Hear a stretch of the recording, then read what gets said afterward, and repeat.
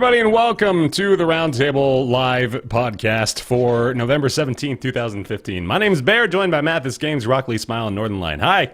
Hey, everybody. Hello. We are going to talk about some video games today. Bear, where was our countdown, man? I gave you a countdown. I gave you 3, 2, 1. Good countdown. I did. That time I was on the ball. He was dead on. I think this is the most prepared I've honestly been for any show. I had like the whole docket is set up. Moobot's got the docket. We got stories to talk about. Stories. I was here on time. We're 3 for 3. You know, the hope is that every week we'll get a little better. Something will come together and production values rise. Or we fall into a glorious cataclysm. Yes, that's what we want. The best way to end a podcast is to just go out in a blaze of glory. Yeah. You do it for about closer to death. Yeah, you do it for like 9 months, and then you get on Twitch for a few weeks. Everything just explodes, and then you're all dead, and you rise from the ashes like a phoenix and start a new one, right? We'll call it the Pound Table Rodcast. We'll finally come through on that Pound offer. Table Rodcast. We've been waiting for that. No, that's been the whole build-up this whole time. Today's show, we're going to be talking about Tomb Raider's dismal performance thus far, which is kind of to be expected. And then Microsoft kind of vouched for their release date as well, so that's sort of an interesting argument to be had. We want to talk about Fallout 4 again, because Fallout 4 is a massive game, and we definitely need to talk about it a second time. The review event for EA's Battlefront, which is kind of an interesting mess behind that. We want to talk about that a little bit more, too. As well as the ridiculous Binding of Isaac Afterbirth alternate reality game that many of you may have been a part of recently. But I want to start by saying no one's actually good at Candy Crush, right? It's all just made up. No one's actually skilled at Candy Crush. I don't think you can be skilled at it, can you? No. This isn't a news story, by the way. This is just a one-liner that I read that I thought was an interesting point. You can't be good at Candy Crush. And it's not to say that Candy Crush is devoid of skill. It's just that no one can be good at it. Okay, that's not going anywhere. You've been designed not to be good at it. All right, listen. I want to save that one before it just becomes buried, because I had a thing before the show, and I've been trying desperately to remember it for the past 15 seconds. I have no idea what I wanted to talk about. You don't want to compromise your integrity or your faithlessness. It's really what's important to do. Are these like the Patreon rewards? Is just no. These sentences? Because they don't form any coherent meaning. I swear to God, I had an idea for this. I'm just going to close the article and move right along, because really there's no saving that one. We're going to talk about Tomb Raider. There you go. Rise of the Tomb Raider is now available on the Xbox One, an exclusive release for the Xbox One. We have numbers coming out of the UK. Rise of the Tomb Raider has sold 63,000 copies. I wish you just said 63 copies. Rise of the Tomb Raider has sold 6 copies in the UK so far. May as well be to them. Mm-hmm. The Tomb Raider 2013 release, by comparison, was at 183,000. I believe those are also comparatively in the UK. Day one sales numbers as well, but this, I mean, the bigger picture here, of course, is the fact that Rise of the Tomb Raider is competing with the biggest releases of the year by far. You've got Call of Duty Black Ops 3 that just came out, and of course Fallout 4, which is the big one that everybody's been talking about, which was released on the exact same day, basically, as Tomb Raider. And not exclusive also. Yeah. I was going to say the exclusivity it's got to hurt it, right? Like on the Xbox One, it's not the most owned console out of all of them. Mm-hmm. It's unfortunate. I don't know. I don't know if it's even really an issue of whether or not they even chose the right console. I think the console exclusivity in general is going to be... In general, yeah, for sure. Just not exactly the best play. I think the argument that I want to make to start off the conversation is that they just shouldn't have released this year, I don't think. At all. I don't think they should have released this year. I think... Yeah, do a little bit of a Bayonetta. Wait until January or February of 2016. I think this should have been the big first release of 2016. Yeah, I don't think that would have been a bad idea. Not exclusive. Would have actually totally changed the whole perspective. But we don't know how much money Microsoft shuffled in their direction to make that happen, you know? Well, true. And last year, even, we were talking about how this would likely lead to increased sales and a good result for Rise of the Tomb Raider. But admittedly, last year, we didn't know that Fallout 4 existed and was going to be released on the same day. So that kind of changed the game. That's what I'm looking at right now, is the idea that maybe Tomb Raider was like, we're coming out November 10th, and then Bethesda announces Fallout at, like, the end of May or the start of June. I guess it was the start of June. And they're like, oh shit, I really hope they don't pick the 1 week that our Tomb Raider game releases. And then maybe they did, and they were like, shit, we're like so close to launch. Right. Yeah, maybe it's too late. Maybe we shouldn't delay it. But yeah, it looks like the Tomb Raider release date was announced on June 15th. The Fallout 4 release date was announced on June 15th. Oh. So maybe that was just like really shitty timing for them. It Because must I can't imagine that. Done. I can't imagine the people at Square Enix were like, "Oh, well, we can beat Fallout," right? I'm pretty sure that this is just like an unhappy coincidence for them. If it weren't, would you think it could possibly work in the other direction, that Bethesda could have actively tried to subvert competition by saying, let's just crush them on the same day? Oh, I don't think Bethesda gets anything by coming out on the same day as Tomb Raider. Yeah, no, they probably don't. I'm just wondering if that's like a strategy you think for anybody. I don't know. Maybe it seems like kind of rude. Kind of shitty. It seems like something a sports team would do, is like, claim someone off waivers when they don't actually need them just to hurt their opponents. I don't know if Bethesda's like, no, we got to fuck Square Enix. They didn't even want to fucking release it this year, man. They were just like, you know what? Just fuck them over. We can do this. We can I hate ruin their Lara company. Croft. Yeah. Well, and I've heard the game's actually not bad either. It's actually very, very good. Because I want to play it now, but I don't want to buy an Xbox. So Yeah, Well, it's only timed exclusivity, right? Yeah. It's going to hit everything else in a few months? But will the next release matter? Yeah, Like, exactly. people Will have it them matter for still at around? that point? I argue it won't. It really would have just...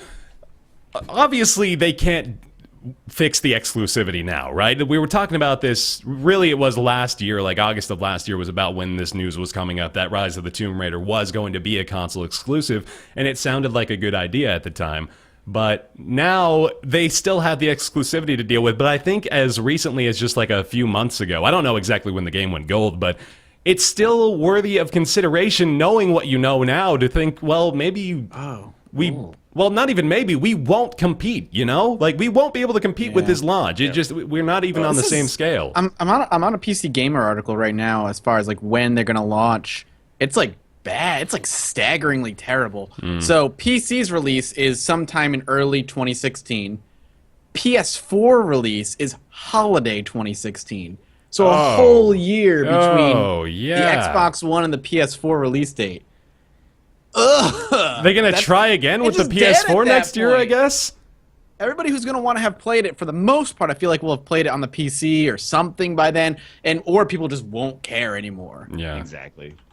And that's what we said about awful. Grand Theft Auto 5, right? When it came out staggered, but then again, they kind of upgraded the visuals and hardware along the way. Yeah, this is also not Grand Theft Auto 5, to be fair. Was the next point, of course. Yeah. Yeah, that's really... I assumed they were both going to... PC and the PS4 version would come out around the same time, but no. Like, I'm all right with early 2016 for PC, because that's what I prefer to play it on, but, I mean, just to separate your audience that widely, I hope Microsoft paid them a lot of money. I do too. What I've heard, and this might be hearsay, but is that Crystal Dynamics was basically only able to make the Tomb Raider they wanted to make because of the money that they got from Microsoft.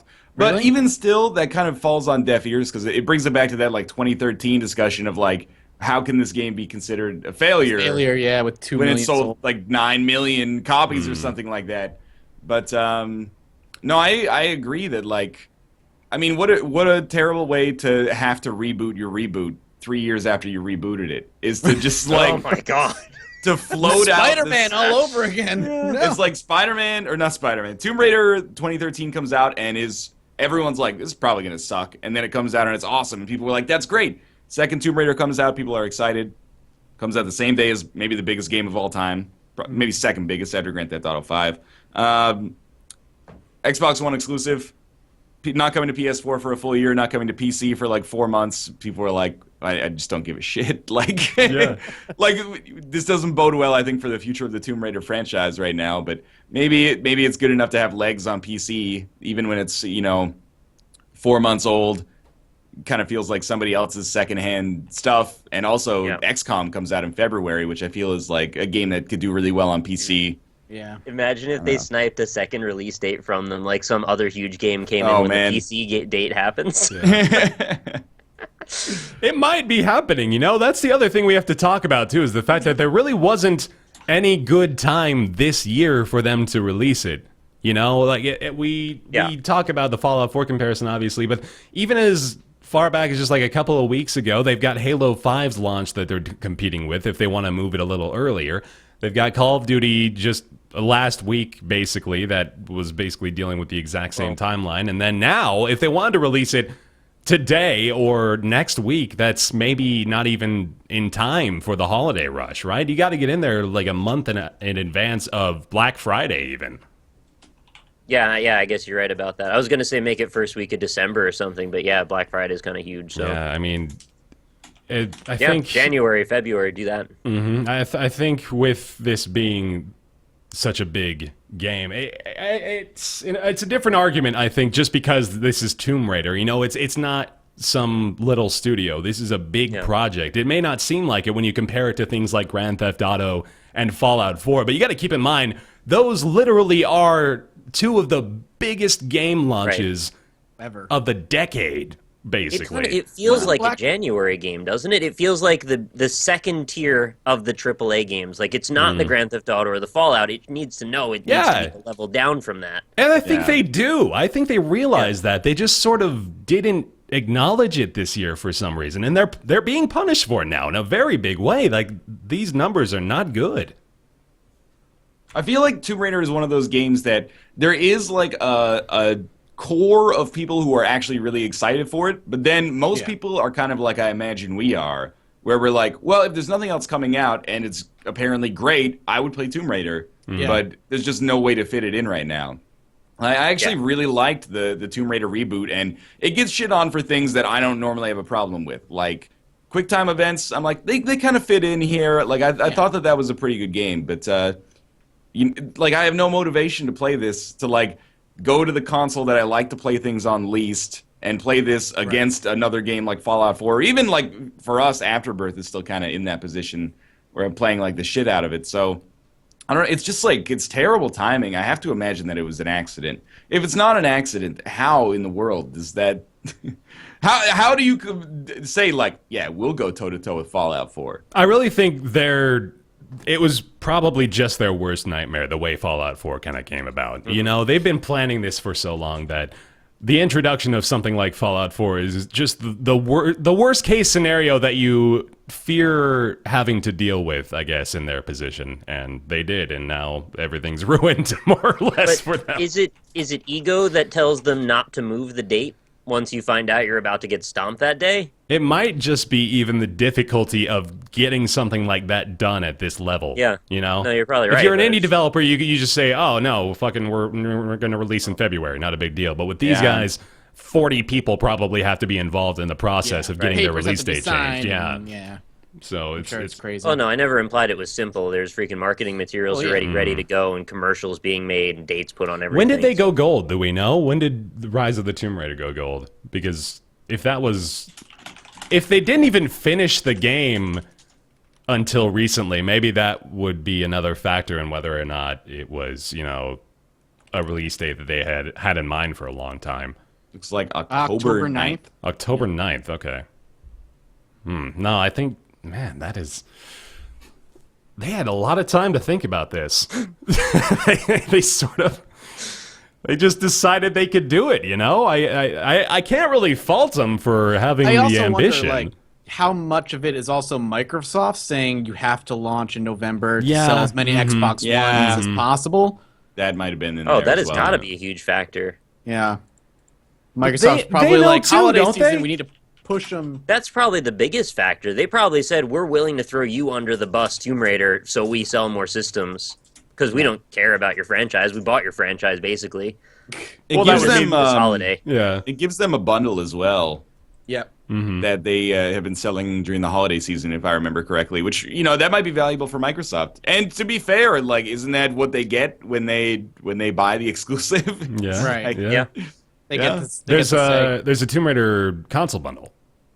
That's what I thought I saw one said. Rise of the Tomb Raider Xbox One bundle. And so we probably don't have those numbers yet, but I doubt that that's going to be, a significant bump. Oh, Oh, It'll maybe be this is interesting. only a Canada thing. I'm not okay. sure. Yeah. $449. You get Tomb Raider in the definitive, like I forget what they call it, the new generation edition when they re-released it on Xbox One. I think it's And the also- On Fleek edition, actually, is what Yeah. they're calling it now. the on That's what the fleek. kids call it. Yeah. I And think it was definitive. also Rise of the Tomb Raider.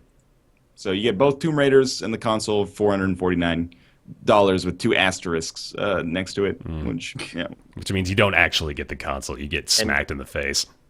They also did a thing where if you buy Fallout 4 for Xbox One, they give you Fallout 3 Yeah. as a download. So they're pushing you get the old version of this too. And on Xbox One you get mods on Fallout 4 too. Do you? Yeah. Oh. That was like Select the big ones, announcement. I guess, and I'm also sure they have to be probably they'll all approved crash in the some game. way. Yeah, because I mean, Well, is but that in that's place something- right now? That's what I was wondering. I don't know if it's in place right. I don't know if it's in Probably place not. right Okay. away. And- Yeah. Yeah. It'll be this- really interesting to see next year how much this affects the bundles and the sales of the Xbox One, if at all. Because the system should probably be coming into its own by this point, I would think. With this being any indication, I really don't think that Tomb Raider is going to have much of a sway anymore. They might kind of be breathing their last breath if this doesn't pick up. To be fair to the Xbox One, they did. They had the highest sales in October, I think, of any of the consoles. That's good. And they've been like not neck and neck, but they've been doing relatively well against the PS4 specifically. PS4, I still think has many more units sold lifetime, but the Xbox One has some momentum. Where it came from, I have very little idea. Drastic price cuts around a whole bunch of big box retailers. They keep cutting $50 or $100 off of it for sales and bundling in a bunch of games. Halo 5 probably. I was saying, I'm sold sure some Halo consoles, 5 too. was the That big, makes sense. a big push. All the people who didn't buy an Xbox One for Master Chief Collection Did will so pick up now one for Halo 5 instead. Yeah, with the game that actually works, that's an easier sell too. Well, Yeah, working it's- games. I think we can attribute it to just sort of there was probably a mindset, a contingent of people that thought we really should consider moving this date, but then it was probably outweighed by A, B, and C of all sorts of exclusivity contract deals wrapped up into there's no way we can move this date. Yeah. Yeah. I I feel mean, like I'm pretty happy settling on that. Yeah. That's I kind of, not that we have data to back it up, but I kind of like the theory that Microsoft was like, we want a holiday bundle. Yeah. So come out with it here. That's a great bundle game, if you're basically getting the game for free and you were thinking about buying the console anyway, that seems good. But it sucks for Square Enix and Crystal Dynamics because how many people bought a boxed copy of like Amped for their Xbox One? That's the way I feel about it right now. It's like it really like devalues the future copies sold of the game, I think, or minimizes the ability to sell them. Yeah. And then Amped comes out on PC, and everybody's like, "That's a shitty bundle game. Get that in the bargain bin. I don't want that." Yeah. Here's the simple thing that I never even really like think about it anymore, which is kind of shitty, but honestly, I guess just my position has changed.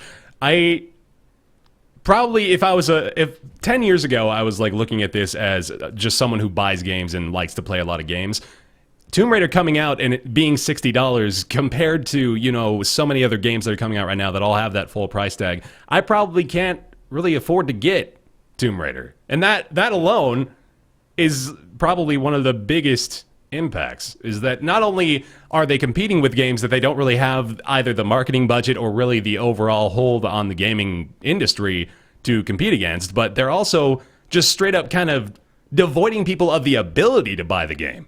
Like, people do not have enough money to buy all these games, so they sort of have to just make a determination that Tomb Raider's probably not going to be on the top of that list, right? It's probably one of the best holiday seasons for video games in a long time. It is, yeah. It's one of those like Tomb Raider. Maybe if it came out was it last year that Tomb Raider came out? Or was it the year before? 2013. All right, so if this game had come out maybe last year, I don't remember anything huge coming out last year that would have been better. But this year, like, damn, man, there's like so many good games coming out.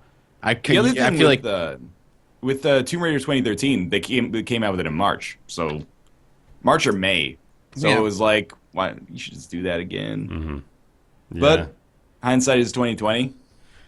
They chose to go the exclusivity route, and I guess that paid dividends for them. And I guess they're willing to trade the, front loading that versus back loading it. Yeah, seems like it. Well, on the flip side of that, Fallout 4 is doing okay. Oh, yeah, really? weird, Pretty right? weird. They've sold a handful of units. Looking like Bethesda launched. This is straight from Bethesda Softworks press release, so we're getting the genuine article here. Bethesda launched with approximately 12 million units worldwide to meet day one demand. 12 million. Yeah, that's so insane. Sales What in did GTA excess. do? What's that?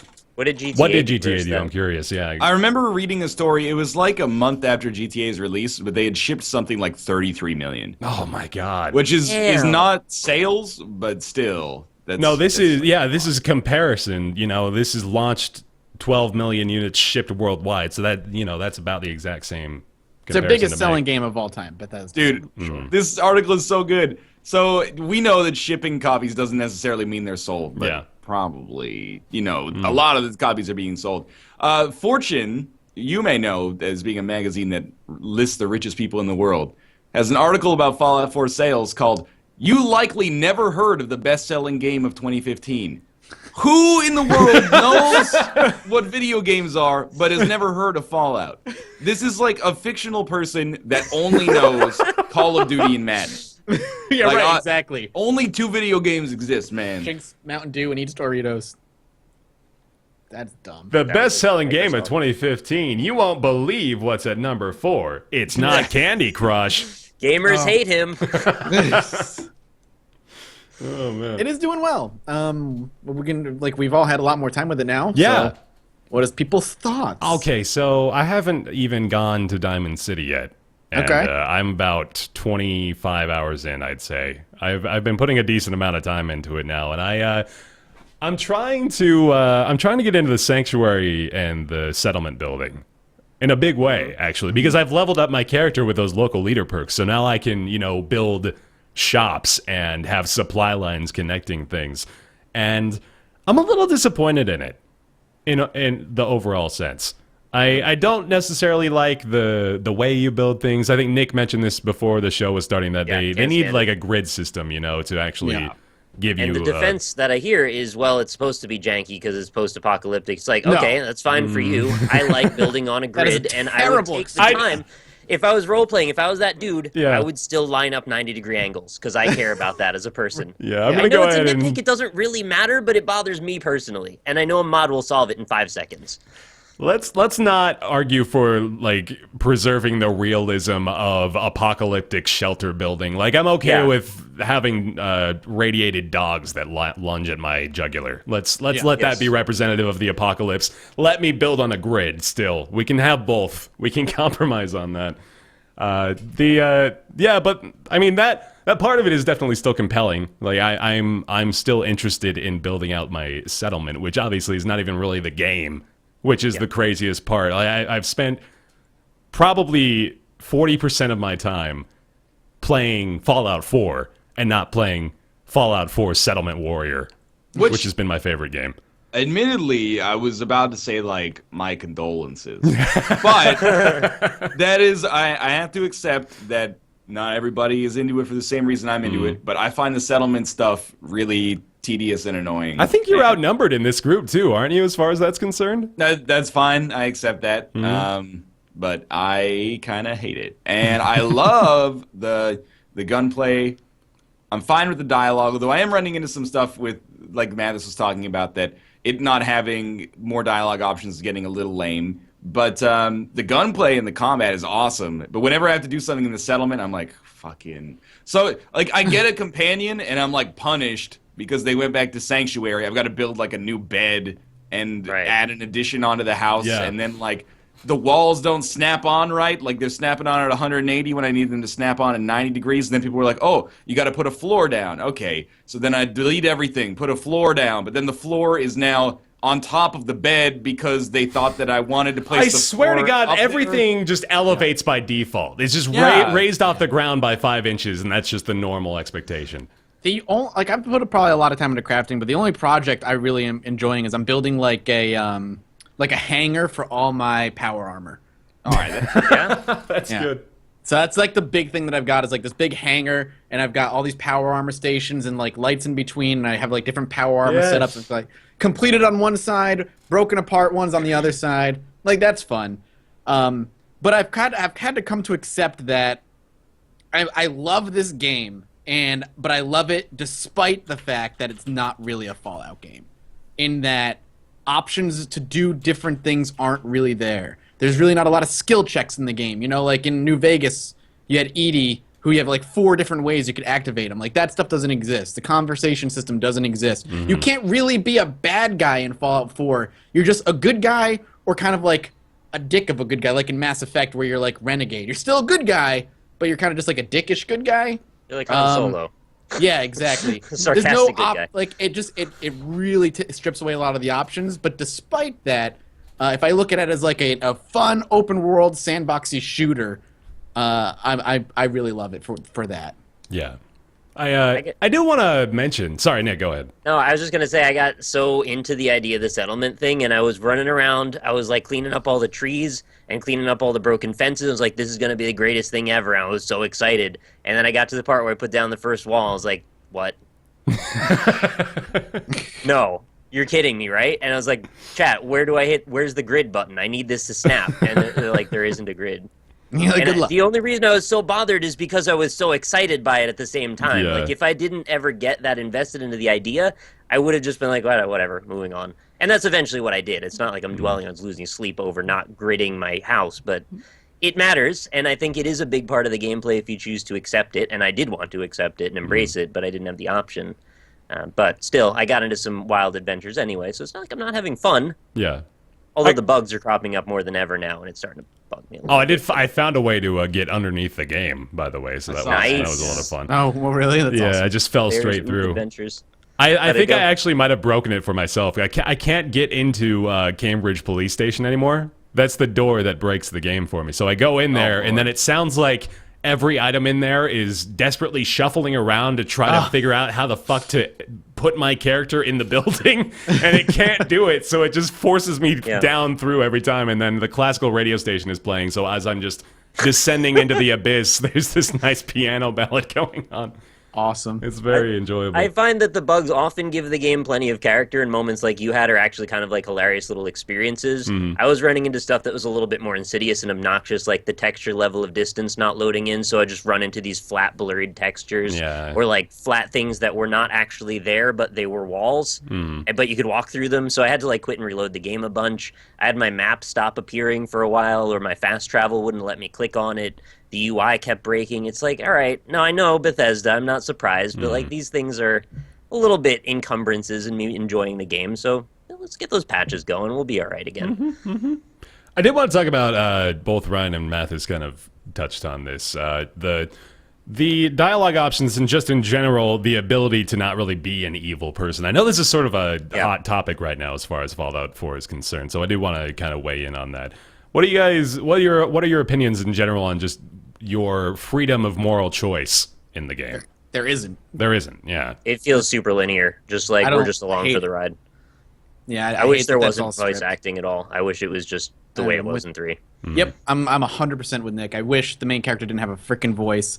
Just let me do what I fucking want, man. Like you completely stripped away the freedom to tell your own story, and you're just telling us this one story, and I don't give a shit about like at all right now.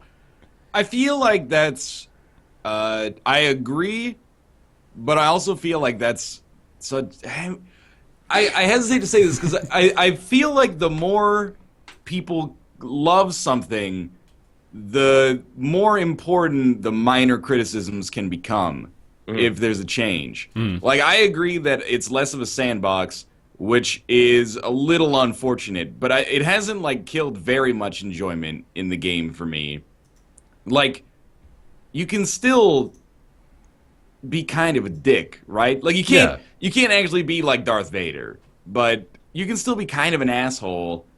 The thing that bothers me more than that is that the dialogue options don't have the actual check registered to them anymore. Yeah. Like the not even a percentage chance, but like what your speech stat would need to be, because it no longer uses that. And I'm like, well, why do I even have? Like, I remember in Fallout 3 and New Vegas, man. If like you like all chat options now in Fallout 4, the optional ones are all based on charisma. Period. Okay. But in other ones, you used to have like if you had a high science stat, you could give like a scientific reply, or if you had a high intelligence, you could give it an intelligent reply. If you were like intimidating, you can give it like an intimidating reply. Like all that's gone. It is just charisma. Yellow is good, orange is pretty bad, red is good fucking luck, and that's the only stats that you have. And that I get it. And again, I'm loving Fallout 4 despite that.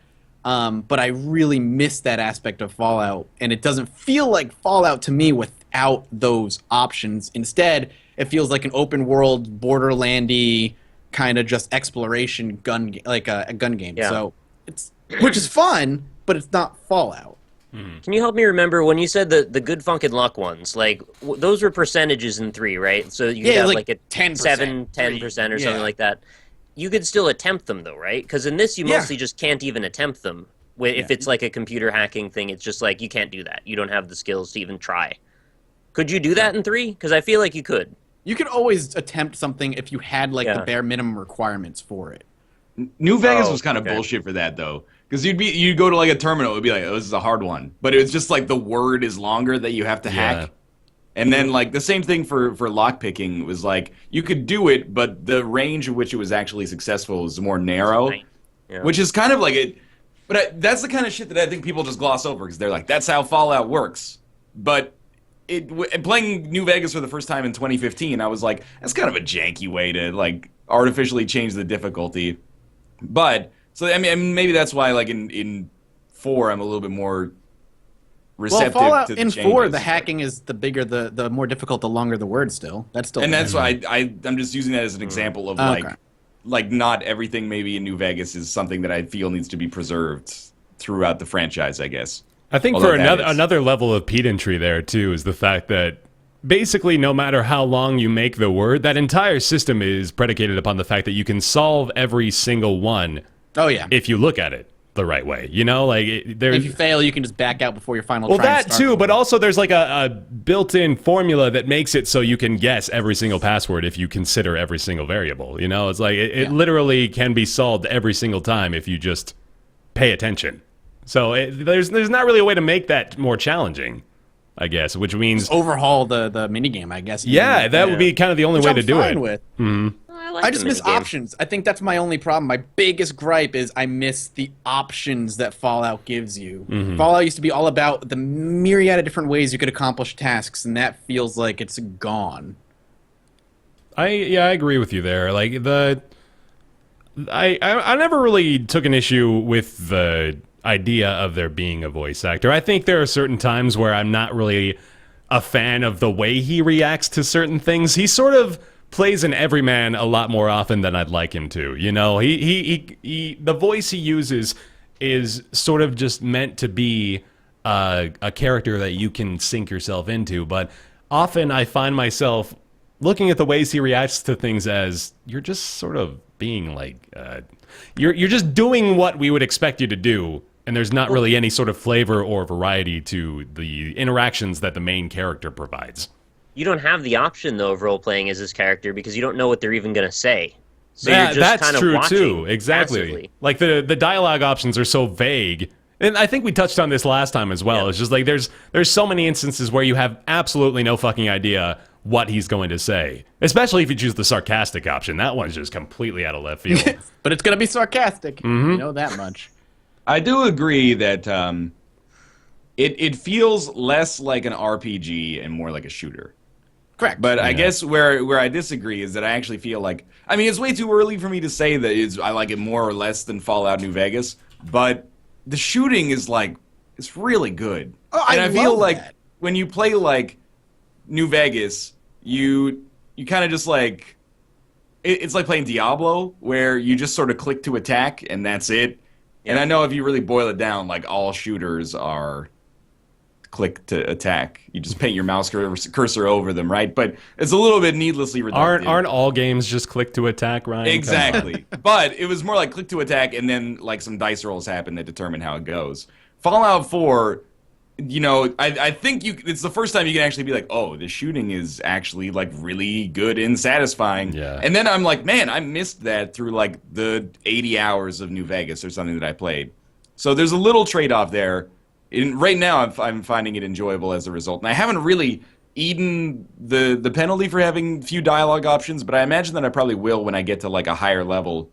And in New Vegas, you're like, well, I used to have 11 things I could do here. Now I have 4. I don't like that the persuasion dialogue options are always a percentage chance. And I believe that the higher your charisma stat and the perks that you have, the more likely it is to be like a green persuasion check instead of a yellow or a red. I don't know if that's necessarily true. I've actually maxed out the charisma stat, and I still get quite a few of the red ones. So I feel maybe that's just sort of like it just persistent maybe through the whole thing. I don't know. Maybe there's other elements that checks against. But maybe if you had a lower charisma stat, you would have more yellows and reds. Maybe yeah. Mm-hmm. Just, I don't know. But I dislike that because I feel like if you commit to putting like 10 in a special, you should be set for the game. Yeah. Like I feel like in Fallout New Vegas when your speech hit like 90, you could just do whatever you wanted with it. And I feel like that's something you should be able to do. And with charisma at like 8, I'm still like hey, can you give me like 25 extra caps for this? And then they're like, nah, sorry. Like we rolled the dice and we decided you can't. But And I agree with you that like change is good, and I really like the gunplay change, and I love that because if you're gonna put somebody in first to third person and with a gun, you want the controls to feel like a shooter. That makes sense, and I agree that in Fallout 3 in New Vegas, the shooting was janky at best, and you used VATS as often as you could. I just wish it didn't come at the expense of options as to what to do in the game, because again, I feel like it is just an open world shooter where you're looking for loot, and the story kind of plays second fiddle to the mechanics of the game. And again, not having the options to do what you want really, it kills me. It kills me as an RPG and a Fallout lover. As somebody who's played all of the Fallouts multiple times, I miss just having options. Simple as that. There's options in different ways, though, and I think the meat and potatoes for the game for me is the exploration, the loot, and the like inventory management stuff, which I know a lot of people find annoying, but I'm like a Borderlands Diablo guy. I love that stuff. So I spent a lot of time wandering. I didn't follow the quest lines at all. I just kind of walked across from the west to the east coast, and then I got a perk somewhere along the line that let me swim with no breath meter, so I just started swimming along the coast down south. And I had a lot of fun just like randomly seeing what I'd run into. Eventually I found a freaking fat man over there, which was awesome because now I've got a super freaking awesome gun that I didn't expect to run into because I decided to go to like the hardest area in the game for no reason, even though it was like level 5. And I love doing that kind of shit where there's like actually crazy areas you're not supposed to be in, and I find myself there and I try to exploit it a little bit. It's sort of sequence breaking. And I'll double down on that too, actually. Yeah, I really like that still. There is that freedom has been preserved, at least. While there not be as much freedom in the realm of dialogue and narrative, I think the idea of being able to just go around and do whatever the fuck you want is still very much alive in the game. And that's, I think, the strongest element of Fallout for me. I mean, those complaints I had about the dialogue, sure, they come up pretty frequently because you do have to push the story along eventually. But if you're after what I'm after, like, you'll still have a great time, and I am. I'm not really upset with the game, ultimately. No, I think it's like Ryan said, like the more we glorify something, the more analytical we become about every single little nitpicky detail. Yeah, that's absolutely true. Yeah, so we're breaking it down so we have something to talk about is what it is. I don't think any of us are besides really just gushing for it for another half hour or so. But no, I think it's valid to say that maybe just the entire formula for how Bethesda approaches your, like the finality of decisions, and also, like your ability to actually impact things in a meaningful way as far as your interactions with people and the way that you choose to progress the story is, it's not always been this way, but it certainly seems like they're going a lot more in the route of sort of linear stuff, which doesn't necessarily work as well with these games, at least in our opinion. it's like Isaac when they do something like nerf Krampus's head. make it like a 6-room charge instead of a 3-room charge. People who are really into Isaac are like, this is irredeemable, and everybody else that's like a little bit more casually into the game is like, I didn't even notice a change at all. Like, I think that's kind of like Mathis and myself, is that Mathis is so into it that he can like care about the minutia, and I'm just kind of like, it misses me because I haven't been submerged in the universe long enough to care. Yeah. And I may be even just like right between you guys, where I do enjoy the series. I don't think I've really invested myself too heavily into it. Like I, for example, am not the kind of person who would argue for the existence of cats in the game, like Mathis would, based on lore, and not anything else. But he was arguing for the non-existence of cats, wasn't he? Yeah, no, that's what I was saying. Is like Yeah. I definitely am not close to that realm of knowledge of the game, but I do, like I enjoyed, and I think Right. just in general, my experience has been very solid and positive. Like I've been boasting about the game on Twitter quite a bit too, so it's still been just extremely good. But we do like to. I mean, yeah, I have 30 hours into it so far. I love it. There's no doubt. I love it. I have my complaints. So. Well, let's get into Isaac now that we mentioned that. If you guys have not been following the madness, the Binding of Isaac Afterbirth community has been participating in an alternate reality game with the developers, with Edmund and Tyrone in particular, who set about to make sure that what happened with The Lost did not happen again with Afterbirth. Can I? Got complicated. It did, yeah. Nick, give me like the brass tacks rundown, and then we'll get into we're gonna break this down so you guys can see just how totally insane this was. So the first element that I became aware of was the constant use of this number 109. That was just being thrown around with no real context. Well, the game was still fairly new. Everyone was sort of testing the limits of what really was at the base level of this expansion pack. Are there going to be many secret characters? Are there going to be all these items that are not on the list? I remembered hearing that Edmund and Tyrone had said there's going to be this many new items, and then I looked at the list and like, there aren't that many new items. Something's wrong here.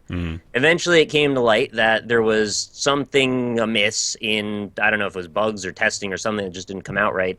Eventually they patched in a set of new items. Now along the same time with this was maybe, a week and a half, 2 weeks after launch, along with this, they started doling out this generosity achievement to certain people, and it used to look like one thing, and then it looked like another thing after the patch. Now, after the patch, it started to look a little bit like dots and dashes, which, as it turned out to be, it was. So someone decoded this, turned it into a series of numbers, which then correlated with a word called, it said Larabeel, and then we eventually figured out this is an Imgur link.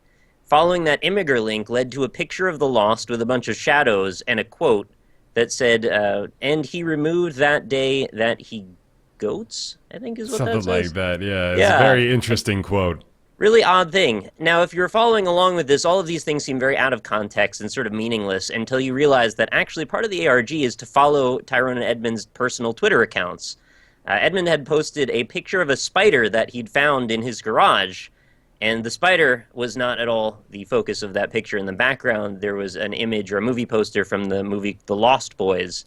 That was actually a correlation to that last image with the picture of the Lost and those shadows behind it. You're supposed to put these two things together. There was then a tweet or several tweets. One of them eventually had a quote, "People are strange," which is the song that was played in the introduction of The Lost Boys. So there's many points to reiterate and bring people back to this element of this movie has something to do with this game. I want to slow you down for a second here, too, because I just want to, I point out the absurdity a little bit just from, we're breaching the surface level of this ARG right now. And think about already the steps that have been required. We're decoding hidden Morse code in order to lead to a code that ends up being an Imgur link that turns out to lead to an image with the Lost, with a random Bible quote, it seems, followed by an indication that we have to look into their personal Twitter accounts for potential clues. And when you see it all mapped out like this, you don't appreciate how insane that is to come to that conclusion. And that's not even the craziest parts yet. Yeah, no, we're not even close. So, okay, Mathis, want you to pick up where you left off here. I don't know any of the shit that I know, but we're all Just learning make together. it up. No.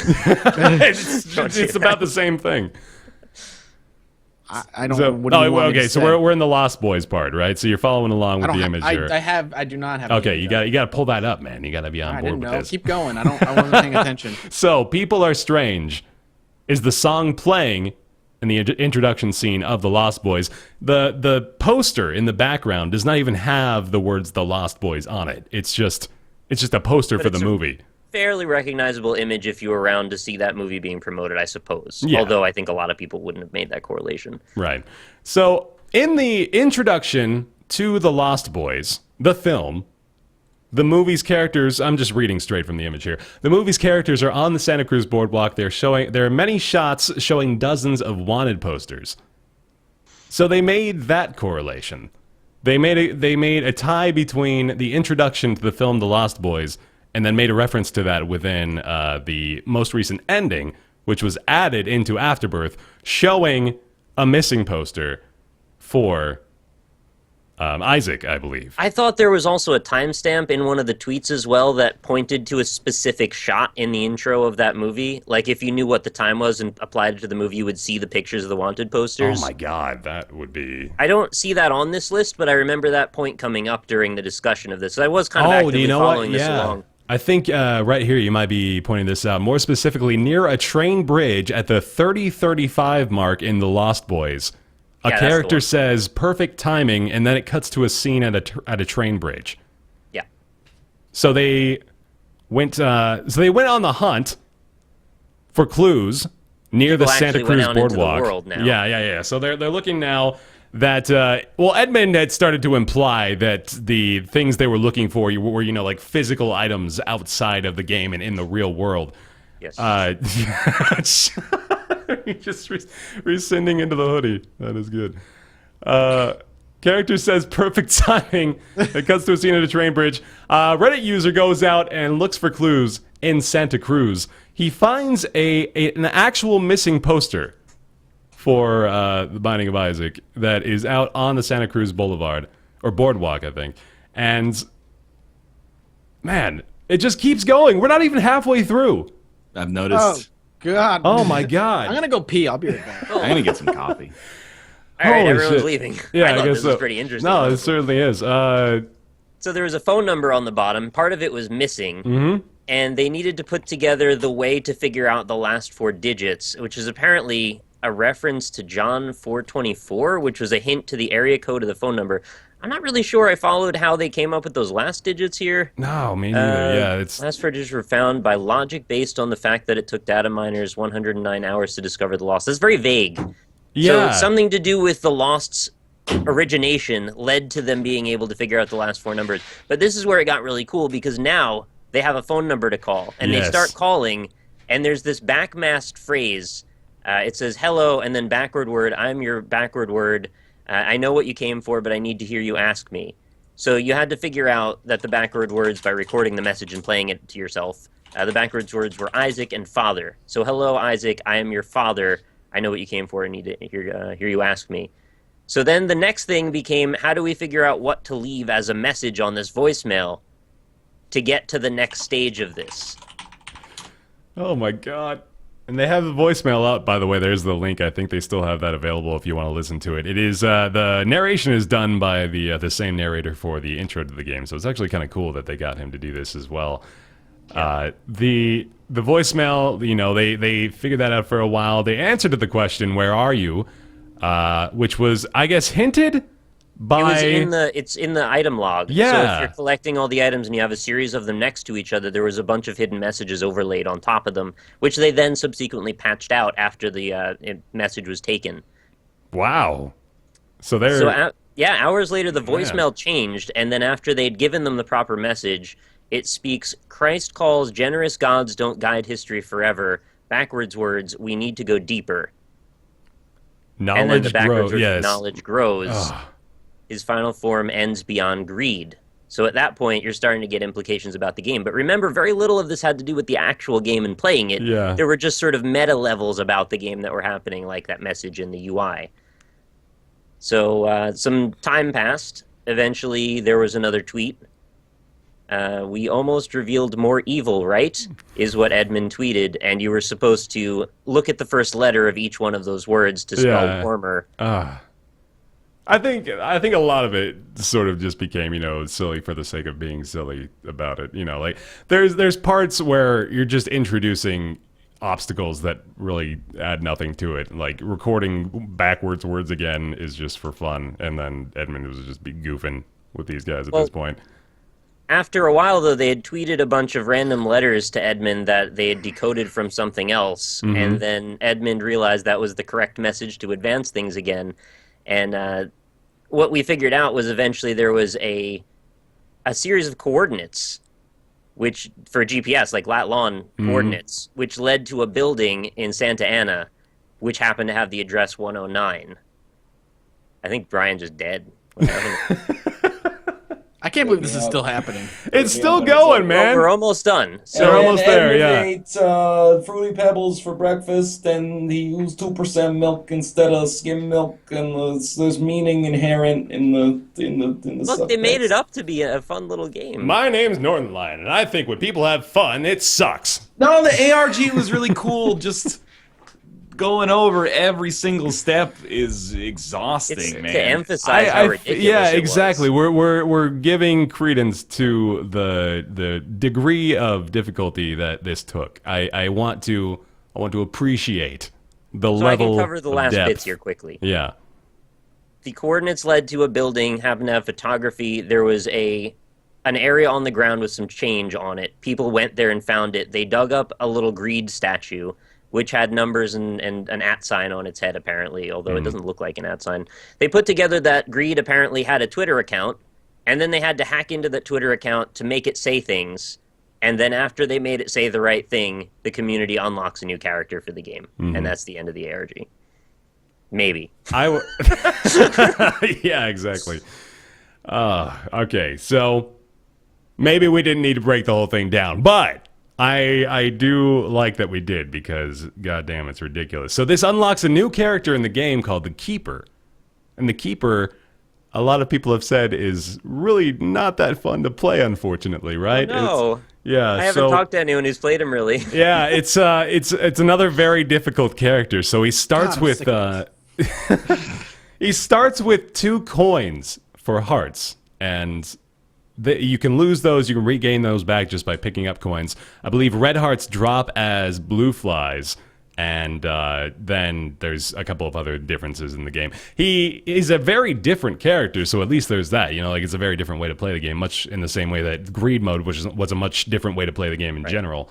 But I think the reward was certainly fitting. It's a very different piece of the Rebirth puzzle, and it was just, man, that was just wild.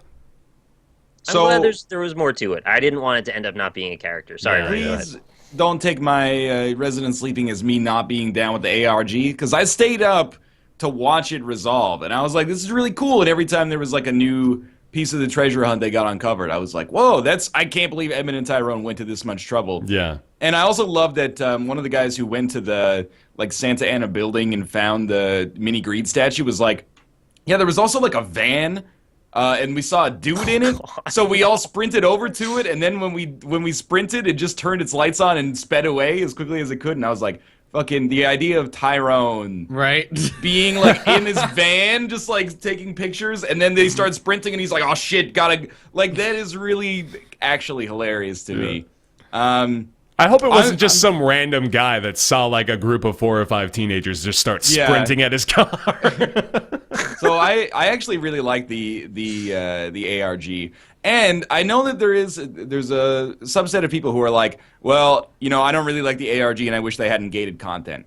That's fine, but at the same time, I think that in a year, people are going to remember the ARG more fondly, and they're not going to give a shit that it took a couple of extra weeks in order to unlock it. And admittedly, I'm kind of biased towards Isaac and the creators, because they basically helped me pay my bills. But it's like, they did something unique and special with it instead of just kind of floating it out there. If they just gated the content and then been like, oh, here it is, fuck you for data mining the Lost last year. Yeah. Then that would have been one thing that would have come across in poor taste, I think. But to have like a cool kind of like outside of the game treasure hunt to go along with it, I think more than makes up for it.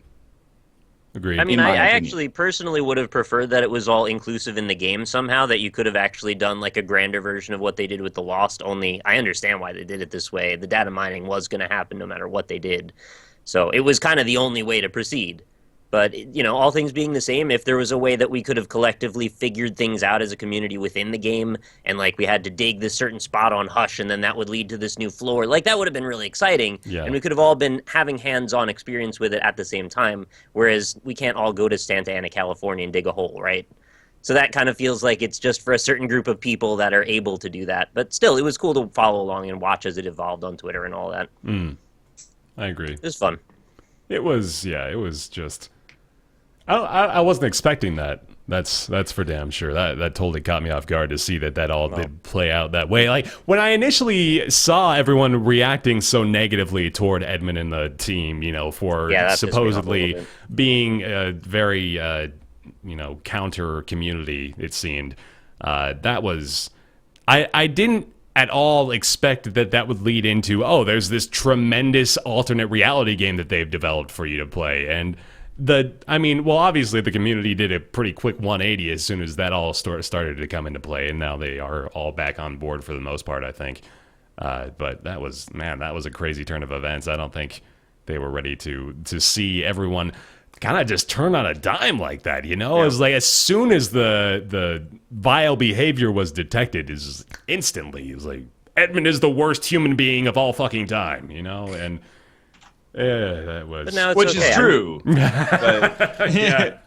I'm glad 109 wasn't a troll. Like, that whole Yeah. thing wasn't just like, we're just going to make fun of the situation. Instead, they actually turned it into something pretty cool. So if it ended up leading nowhere, I think there would have been a lot more frustration. Definitely. guys, Can't I wait have to some play another incredible shit character. exclusive news. What's Yeah. that?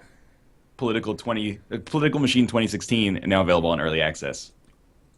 I'm so ready. Oh man. Can we hurry Can this I- up a little bit? Can I be Bernie? Yes. Feel the burn. You could be any of the presidential candidates, even the fringe ones, or you can make your own candidate. Like you can make literally Satan. That's a callback, I think. Yeah. Satan running for president? Josh or Melf, one of them played that. Josh is Satan? That's all I'm There was hearing out like of you this. can make literally Satan and then just name them like not Satan. Oh, and okay. Yeah, you know. So EA's Battlefront review event was kind of an ordeal. A lot of major outlets refused to go. What Which- is a review event, Bear? So- for people who don't know. A review event, an industry review event, is something that's sort of spawned pretty recently. I think within the last few years, there have been quite a few more of them. It's an event where a lot of the big publications are invited out. So say you've got like your IGN, Kotaku, Destructoid, Polygon, all those people are invited to attend an event that is in a very controlled environment that is kind of designed to provide the reviewers with the most ideal experience possible for the game. So, you know, clearly it's in the publisher and developer's best interest to provide these major outlets with this scenario in order to review their game properly.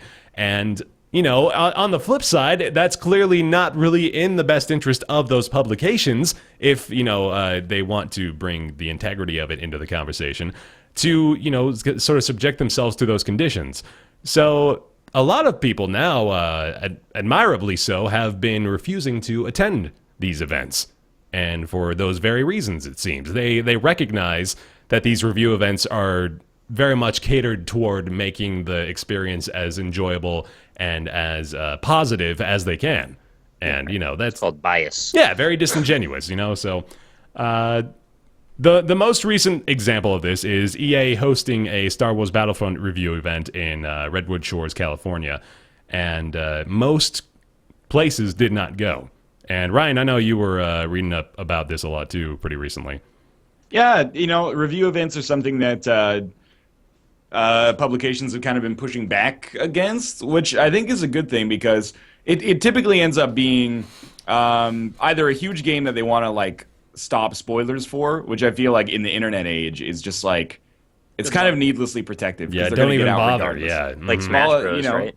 Yeah, Fallout 4 spoilers came out, like a week before the game actually released, and they're just gonna be out there. It's one of those things that's gonna happen, or it's for multiplayer games, and then it seems dishonest to judge it based on a review event because it's ideal conditions, and you don't know if the servers are actually gonna work on day one. And then as we saw yesterday, like the Battlefront servers just weren't working for a lot of people. So I think it's really positive that a lot of publications are choosing to ignore review events. It makes me wonder if there's going to be pushback against like preview events soon, because we've attended those in the past, and it's a little different. Like it's kind of up to the person's discretion how much they want to be like, well, you can go pre-order it now at like this link in the video description below. But I wonder if maybe that's the next thing, because I think we all agree that, like, I guess it's like nice to be flown to San Francisco and then like play a game with your colleagues, but it would also be like really dope for the publisher to not do that and instead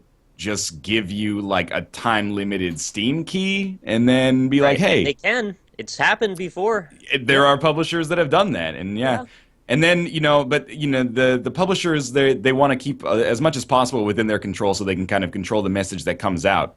And that's why whenever there's a game preview, very rarely is it like, well, it kind of seems shitty. Yeah. It's like it's in such ideal circumstances, and the event has been kind of like curated so hard that you're just like, well, it's okay, but we'll see what happens when release comes around. But I would prefer to just get sent the games in the email and then not have to go to the airport at 6 a.m. and then fly back at 8 p.m. that night.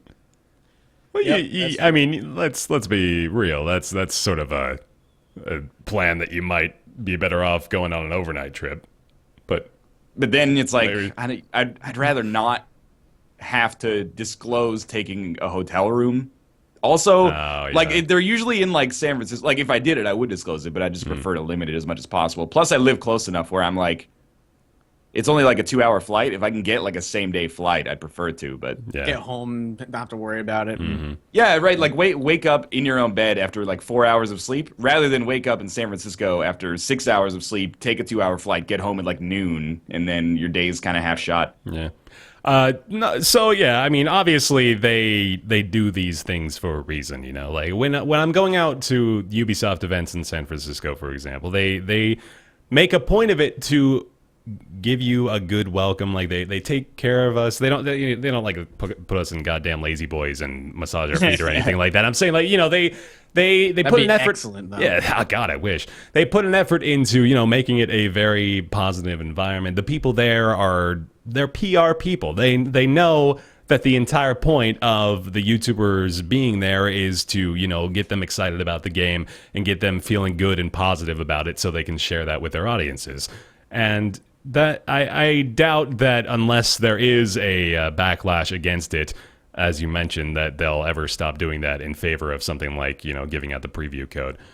I don't know if there will be a similar backlash against the preview events either. I think there's maybe enough of I don't know. I guess just it's not so set in stone when you're discussing a preview event. I think a preview has enough of a leeway to it that you can sort of just present that as information and then add the caveat of, obviously, this is all subject to change and does not necessarily reflect the final build.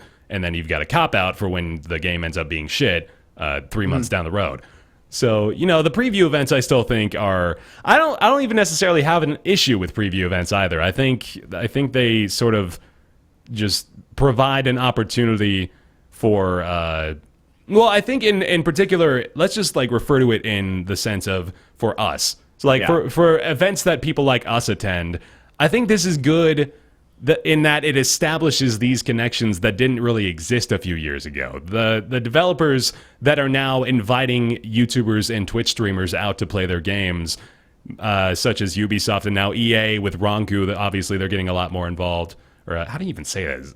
Is it Ronku? I think it's That's Ronku, how I say it, yeah. But they're clearly getting a lot more involved on that end, and I think that's overall going to be a positive for the folks that like to rely on YouTubers and Twitch streamers to get a good idea of whether or not they want to buy a game.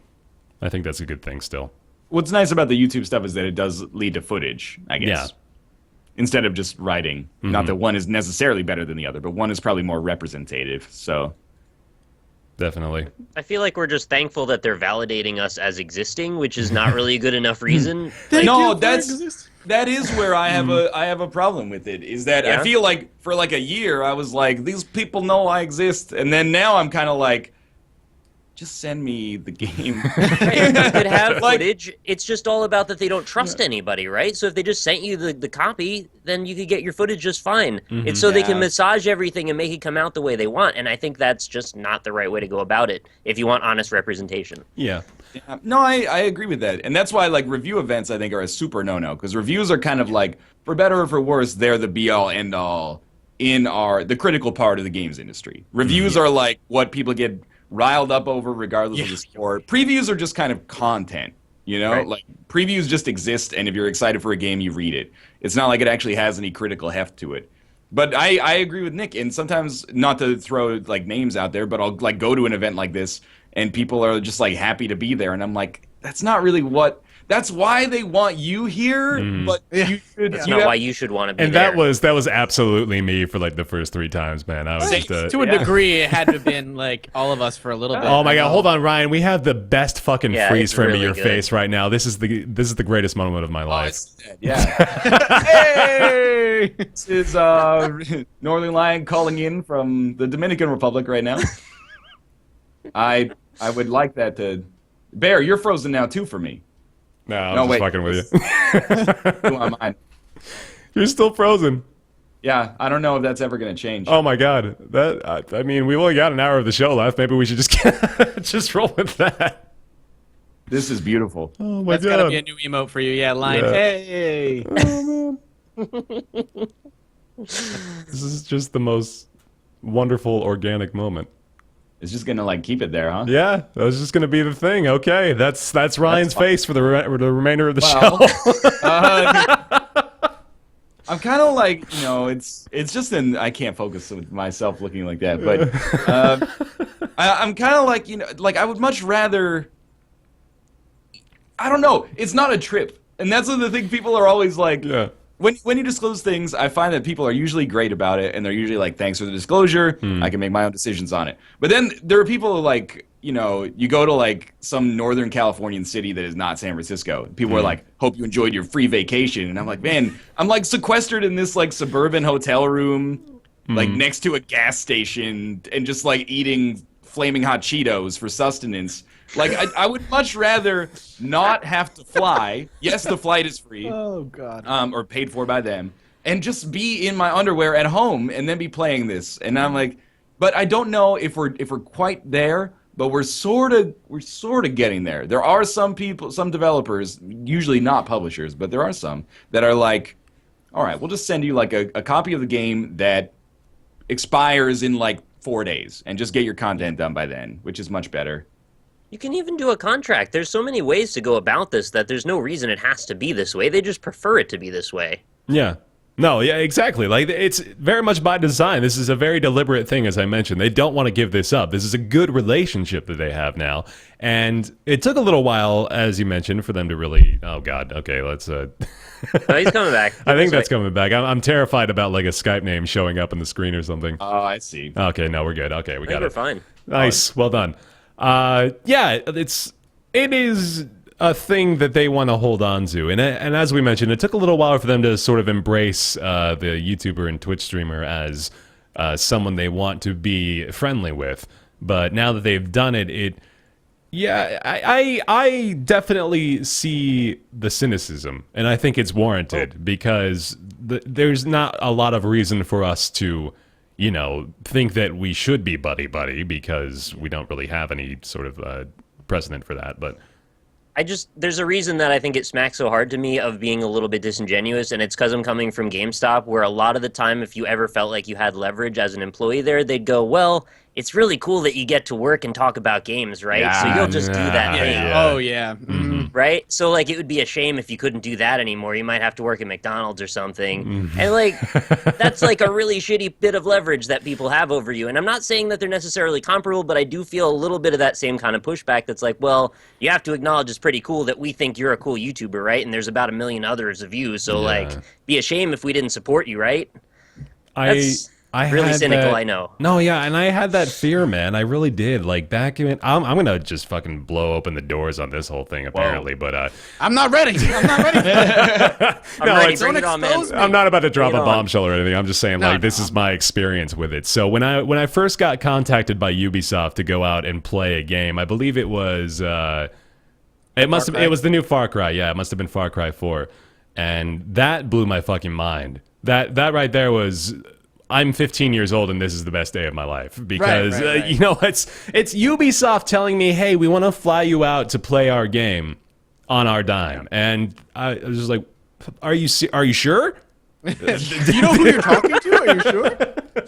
And yeah, I mean, that was a great experience. And I went out there, I met with all the Ubisoft people, I played the game. It was a lot of fun. It was a very positive and enjoyable environment, very much by design. So now That game actually came out good too. yeah, Far it Cry was. 4 is a good game. It was excellent. Yeah, very good.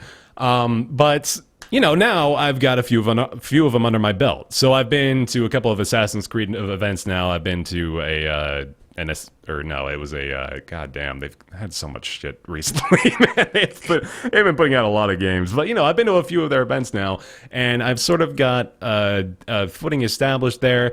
And now I am getting to the point where I'm starting to think about it in terms of, A, do I even want to go? And B, what is this relationship? So I've had to think about that, right? I've had to decide whether or not I'm really just sort of like a monkey dancing for Ubisoft when I'm doing these things. And I like to believe that the approach I've taken to it has been fairly free of bias. You know, like I've put forward the effort into covering the game, and I've given my honest opinion about it every single time I've gone, and that is not an issue with them. As far as I can tell. There have been times where I've suspected that maybe I'm not getting as many assists as I could be from them, just based on the fact that, you know, I haven't really been their show pony for a couple of the games that they've had. But, you know, at the same time, I still have a very good relationship, a working relationship with those people, and it hasn't really been based on me just saying what they want me to say. So I'll vouch for that. I think there's a good relationship to be had that isn't necessarily just a YouTuber just, you know, spewing bullshit about a game for the sake of being able to fly out and play it for free. I really don't think that's a prevalent issue, is what I want to say. I doubt it. Well, the line that I see is that we don't sign like an ethics agreement as YouTubers, right? So anybody that feels like they want to become the shill for whatever company is free to be that. Yeah. And they're obviously going to select whoever is the most favorable for them. So like they're always going to be in that position where they're looking for those people that'll emerge, and then they go after them. And that's how these connections happen, and they're always going to be propagating each other. You're right. Sorry, yeah, go ahead. I feel like I was the same way for like my first trip, and I've had the weird experience where it was like my first trip, and then the trip I started being like for all happened very soon. It was like lots of trips all back to back, and it's one of those things you're like, oh, this is excellent, this is so cool. But by like the fifth one, I was like, I don't want to fly. Yeah. I just send me the goddamn game. I don't want to. Oh god. Okay, wait, you're flying me on a huge trip over the ocean. I have to fly back a day after, so I have to 8 hours on a plane there, 8 hours on a plane back in 2 days. It's like I could just play. Just give me the fucking code. I can get a group of people together and we can all play this multiplayer focused game and just for a couple days and have our own opinion on it. It's really exciting right away because, like you said, it's very much like they realize they recognize me. I'm a rock star. I'm real. Yeah, woo, I'm a rock star. And then after that, you're like, well, unless I turn this into a vacation, like by paying an extra like grand to stay there an extra 5 days in an expensive city or whatever, then it's not really worth it for me to go. Yeah. I just want to stay home. That happens very, very quickly, I think, for almost everybody who does these types of things. I do want to So- dispel the rumor, too, that this is just like a miniature vacation that we get to take. Oh, it's not. It's any other business trip you can think of, it's like, you're not Unless going you there think to a have mini leisure vacation time. is spending 10 hours in a room with sweaty people playing a game and having a half-hour lunch break in between, because that's what it is. I mean, even when you put it that way, it's not really the worst thing in the world, but also, it's do that at home. It's work. It's work. Exactly. Yeah. That's if this is our job, if doing our job at home is not a vacation, then going to these events is not a vacation. Especially like what was evident for me when I first got started was like I would take like any trip. Yeah. If they were like, we want to send you to like, this doesn't exist, but like we want to send you to Cleveland to look at like, I don't know, Baku Baku 5. Sure, yeah, exactly. I'd be like, yeah, why not, right? And then I would get there, and it would be like a half day of traveling, and I'd be like, I don't even like this game. Like, what do I'd play it and be like, this sucks. I don't even want to be here. So now, like, I've become a lot more selective about what I like will and won't travel for, especially overseas. Is like, it is flattering. You're like, you're gonna spend that much money on me to go check out your game, but then I'm like, I don't really want to do that. Like I had way back, even like 3 years ago or 2 years ago, I had an offer to like go to the UK, and I was like, that's pretty cool. The game looked like shit, and then I like saw tweets from the event, and I was like, I see you motherfuckers. You knew that looked like shit when you accepted that offer. But So what's the... Have you gone to... Would you say you've gone to like a proper review event, or what would you say is the closest you've been to that? No, like I don't think I've even come close to a review event. Me either. The only thing that they do with YouTubers that I've seen is preview events, basically. Yeah. Or promotional events. I know that they'll do that with a lot of YouTubers. Like, come Yeah. to this office and stream this game on launch day. Well, yeah, and kinda those, thing. I mean, those are obviously promotional, so, But like, they no, make I'm it very saying, clear like, as far that, as YouTuber stuff is concerned, I've only seen like that and like preview events. I don't think I've ever heard of a YouTuber going to like a review event. Fuck, dude, how good would it be if there was like a promo Let's Play event where they're like, hey, come to our office for like 2 days, just record the whole game in our office and then upload it. Or you can just That send would me the be- fucking game. That would be hilarious. It's like, yo, we're gonna give you exclusive access, but you gotta come out to San Francisco and play the game in our office and record it there. You gotta let us watch you. We're gonna have the 3 lead developers on the team standing behind you the entire time. You don't think that that's happened? That has to I have don't- happened I don't somewhere. think that's happened. Well, I'll Not tell you yet. what, like, there's a few people that will go to the Ubisoft events, and like Ubisoft is pretty cool about allowing them to capture a good amount of footage, but they're straight up recording the Let's Play videos Yeah. in the room with everyone else around them. They're being like obnoxiously loud, and I'm like, man, fucking come on. Like, at least do a post VO of that shit and don't ruin Yeah. everyone else's experience with it. Yeah, I've been there too. We'll talk after. Yeah. But you're just like playing the game, and then there's people like across from you cracking jokes, and I'm like, it takes like a certain amount of bravado to do that too, which Yeah. I actually, I guess, begrudgingly admire. But I'm like, because you're doing this, nobody else can. Yeah. So yeah. Well, the best part too is when multiple people are trying to do Oh, it, and it's man. very obvious awful. that there's like overlap happening. So you've got these jokes coming from this other YouTuber in the background of this one guy that's yelling at the screen. Like, I would have to tap somebody on the shoulder and be like, dude, you can't. yeah, You can't do that. Yeah. I mean, I think they sort of like encouraged it at the same time, but God, it doesn't work. Kind of gross. It doesn't work, man. It's in a nutshell. To get back to the main point of this story is that I think we're all in agreement that we're glad that review events are sort of not happening as much anymore. I think we're glad that the integrity of the review remains stalwart for now. And faithlessness. Yes. God. We have to tell people what's going on with that, so we can't just keep calling back to it with no base.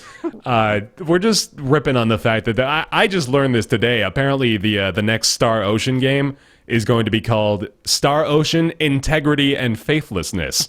really, I thought we Yeah. had talked about it on this show before. I don't but think I we think it was just did. a conversation that I had with Rob or something. I feel like I definitely would have remembered that. I like Star Ocean games. I'm not trying to be a naysayer there. Like, I loved the second story on my PS1, but it was just a shock.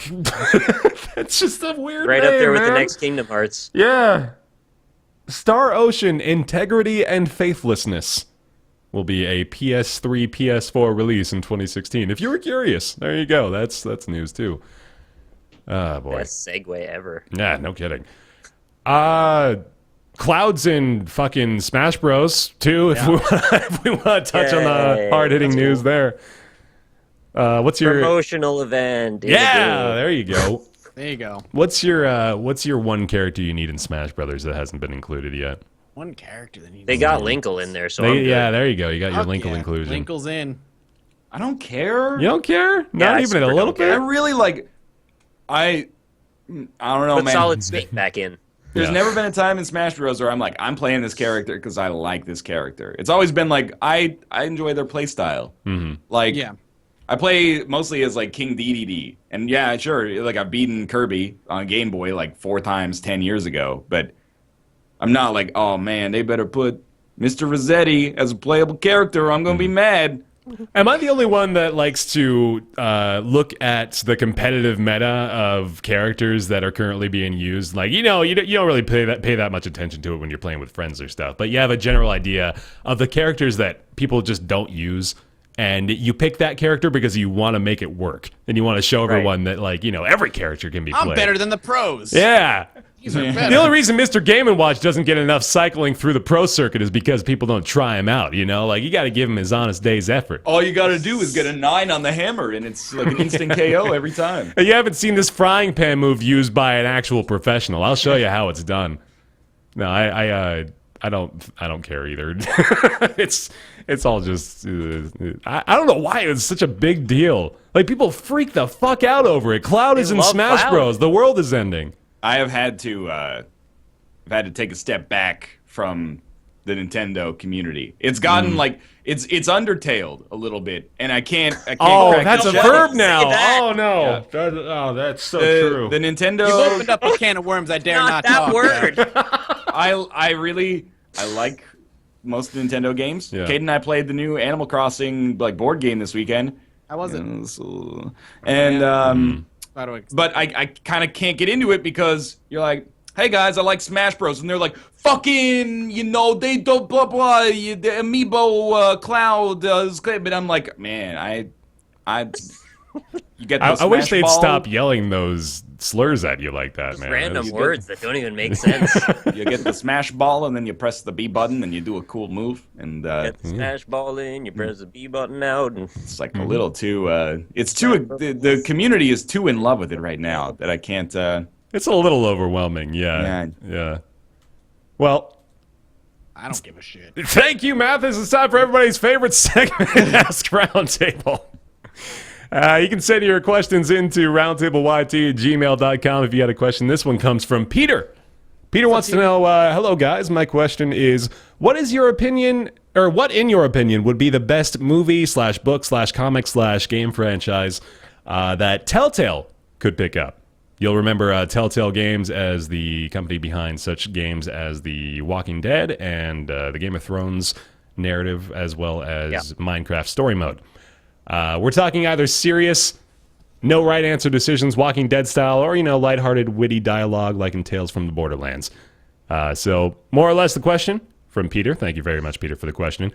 What do you want to have Telltale-ified? We'll start with Nick. yeah, mine's super easy. I've actually said this publicly before. I think Doctor Who would be the absolute perfect match for them. I agree with you 100%. It's the perfect mix of witty dialogue, serious. Look, it's an honest answer. He's hanging himself over my saying Doctor We're Who. picking so many fan I'm bases so to sorry, I upset like based Doctor on your Who. reaction to Doctor Who things. is Nick. Don't worry, I'm with you. Doctor Who is fantastic. Yeah. I also don't particularly care for Doctor Who, to be perfectly honest with you, but That's fine. I don't mind if you don't care. It's fine. yeah, no, Hang yourself over it. So, oh no, did we freeze frame him again, but in a much less flattering position? No, nope, okay, he's there. He's good. So, I'm kind of in agreement with you there, honestly. I think, despite the fact that I am not really the biggest Doctor Who fan, I think the Doctor Who Telltale game would probably do quite well. I mean, they've done so many of them already that I totally didn't even expect. I'm sort of just looking from one that would be totally out of left field, Like, I was not expecting a Tales from the Borderlands game. Were you guys? Like, that one was just No. totally I still blew me played it away. 'cause I don't give a shit. And I didn't expect Yeah, Minecraft either. Minecraft, also I true. maybe expected a little more. I think I expected Minecraft way more than I expected Borderlands, is the thing. Telltale Breaking Bad. Telltale Breaking Bad. Hook it yeah. up. I want to see Dude, I think suggestions. Telltale Breaking Bad could be okay. I Yeah. agree. I wasn't kidding. I'm gonna try to pull chat suggestions here, actually, because I may not even have that good of an answer for you. What's your answer? The Telltale Bob Ross. Telltale Bob Ross, sure. I like the Telltale Hunger Games one, actually. Telltale I Hunger could see Games is that pretty as good. well. That could be cool. That new movie's coming out on fucking Friday, man. Apparently, I just do not consume media anymore because I had no idea that was even a thing. I don't know if it's that. I mean, I know it's big, but I feel like it's kind of been superseded by other phenomena now. It tried to Tomb Raider its way into the main releases of the year. It was just like it's gone on too long. It's like expecting me to care about something that is not a member of my family for like 4 years is just it's too much. That's a good rule of thumb. That's an undergraduate degree. You've asked me to care about the Hunger Games franchise long enough to get a bachelor's in something. Like You got a series you want Telltale-ified, right? the Hunger Games. Yeah, that's what I thought. I was thinking Breaking Finding Bad Lies. would be cool. Yeah. But I would also like to see Telltale do something sci-fi, which is not me. I guess Borderlands is sci-fi, but in an established universe. I'm not necessarily saying Star Wars or Star Firefly. Trek. That could be cool. Yeah. So something along those lines, or maybe like a Telltale Fargo, something like that. Oh man, Telltale Actually, that's Django. solid. I would love that. You've actually Both you of actually those, nailed actually. you actually nailed exactly what I want. I remember when they announced before they announced they were working on Game of Thrones. All they said is they've got their dream project. I was like, oh my god, what could it be? And the one I was hoping for was Star Wars. I would love to see them do a Star Wars thing because the choices you have, you could like have like force power options. What do you want to do? Like force persuade, choke come him, on. just talk to him. Come on, it'd Yeah. be awesome. I would You know love it's to going see to a end Star the Wars same story. way it did in every other Star Wars game. It's a freaking black-white morality system. I don't care about morality. Just give me my options Okay. to force. Yo, choke a I bitch. know the Death Star didn't work last time, but hear me out. What if But we that's the- built another Death Star? Do you realize that is the Force Awakens? That's what I mean. They show that like Star Station in the background. Star Killer base Yeah. in the background. Yeah. Dude, You're Force like, Awakens well- 1 is still really good, I think. Force Awakens 2 is garbage. Or Force Unleashed, I mean. Yeah, There you it's- go. Force Unleashed 2 was awful. It's It one was of the so worst bad. games I've ever played. It was The at first least it one was only solid. 3 hours. It Yeah. was done. Don't prolong the suffering. Ugh. Suffering. Well, thank you very much, Peter, for the question. Again, you can send your questions into roundtableYT@gmail.com if you've got a question for Ask Roundtable. I did want to mention, too, he recommended I check out, he said, if you want an interesting time travel game, because I was talking about wanting to make my own time travel game in that Ask Roundtable segment last week. He recommended I check out Shadow of Destiny, a Japanese Yeah. PS2 adventure game. I remember I did play that game. I remember it very vividly now. I played Shadow of Destiny on the PS2. It came out in like 2003. I'm looking at the plot for it now. I'm trying to remember what happened. And I don't want to... Okay, I'm going to spoil the entire plot for Shadow of Destiny on the Aw, PlayStation 2. damn. I want to give you guys a warning for that right now. I'm sorry. It's set in a fictional German town named Lebensbaum, which means life's tree. It was originally called Shadow of Memories in Japan. It was changed to Shadow of Destiny for some reason in North America because just Destiny is more approachable than Memories, maybe. But the 22-year-old protagonist dies in the beginning of the game from being stabbed after leaving a diner.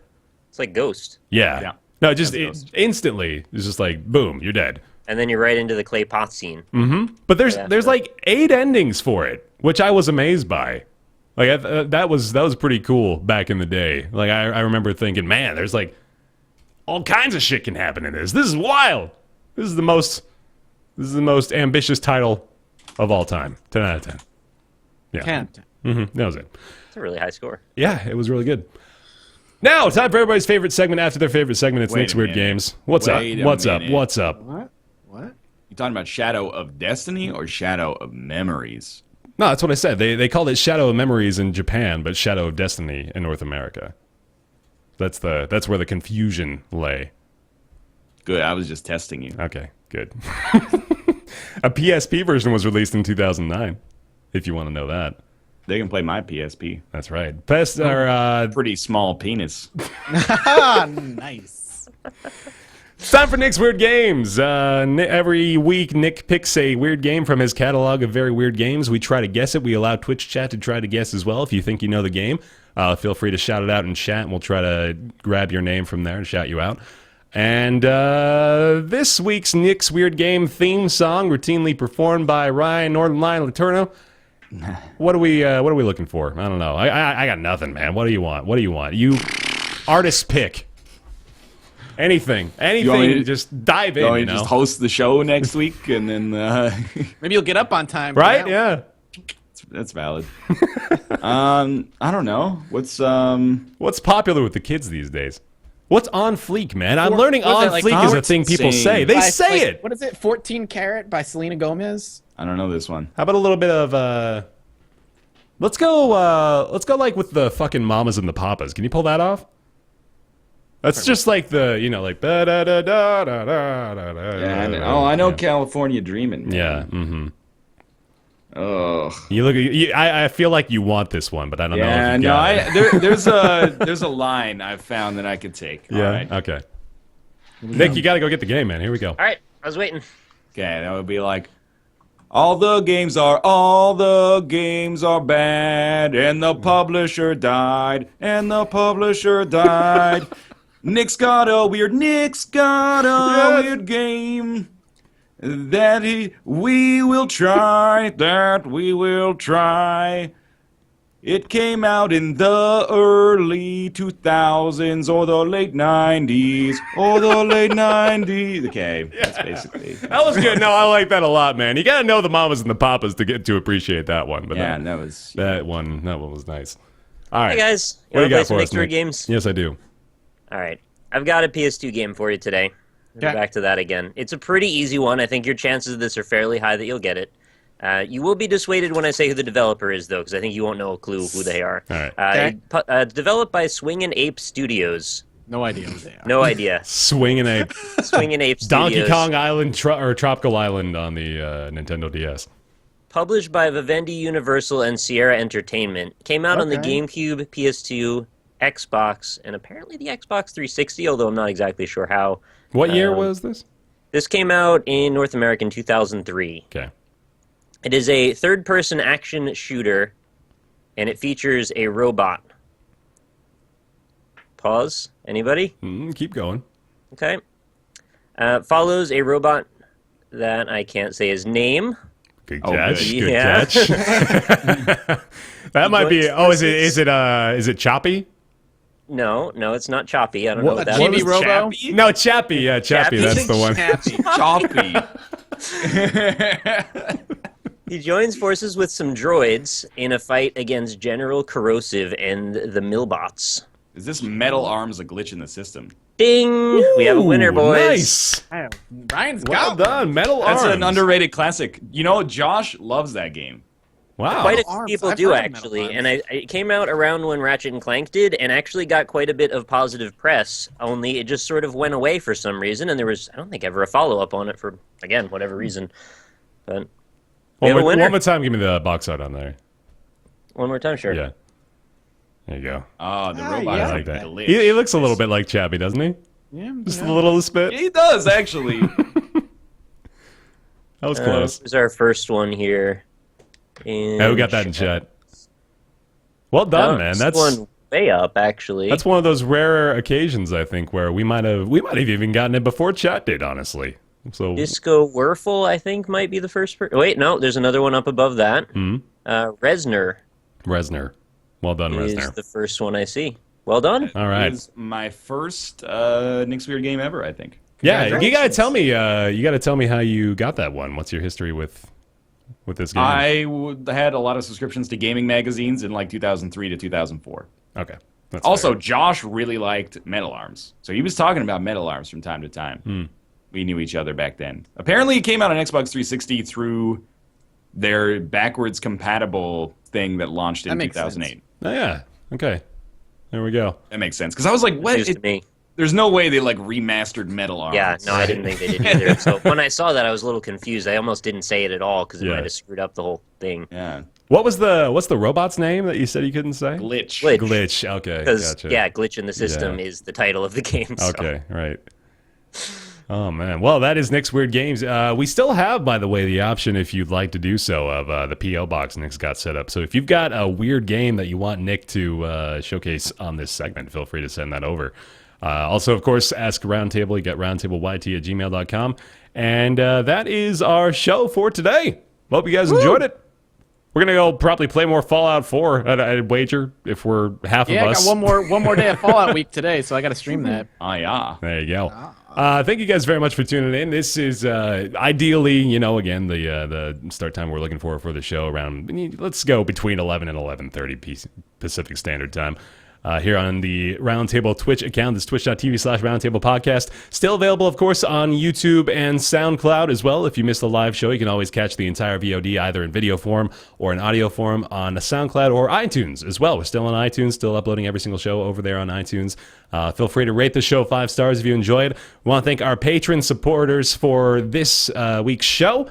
You can go over to patreon.com/roundtable as well. Still running the Patreon page in addition to the Twitch subscription model we've got going on for the channel now, which is closing in on actually that sub goal, which I guess I should be promoting if we want to get the rest of those emotes unlocked. We got to get up to 25. So, obviously no pressure at all whatsoever to do that. But if we want more emotes, there's that. Thank you very much for our Patreon supporters for this week's show. That is including, but not limited to, Max Pillin, Positron, Christopher Flagg, Alexander Spillman, Jonathan Graham, Julian Abelsgard, Kevin Birkland, Matt, David Bradley, Air Force Balls, General Krug, Casey, Zur, Simph, Kevin Walker, Ignacio 0891, Bristle Brip, Justin, Vandervet, Logan Ray, Smurfet, T-Page Tenor, Matthew Monahan, Adam Savage's Blowhole, Johannes Goldhahn, Mediocrities, Nullref, and Myth Scarab. Thank you guys very much for continuing to support the show, and thank you all very much for watching today's episode of Roundtable Live. You can catch the VOD again later on today over on youtube.com/BearTaffy. But that is going to do it. Thank you guys for watching, and we'll see you next time. Bye, everybody. Bye, everybody. Later.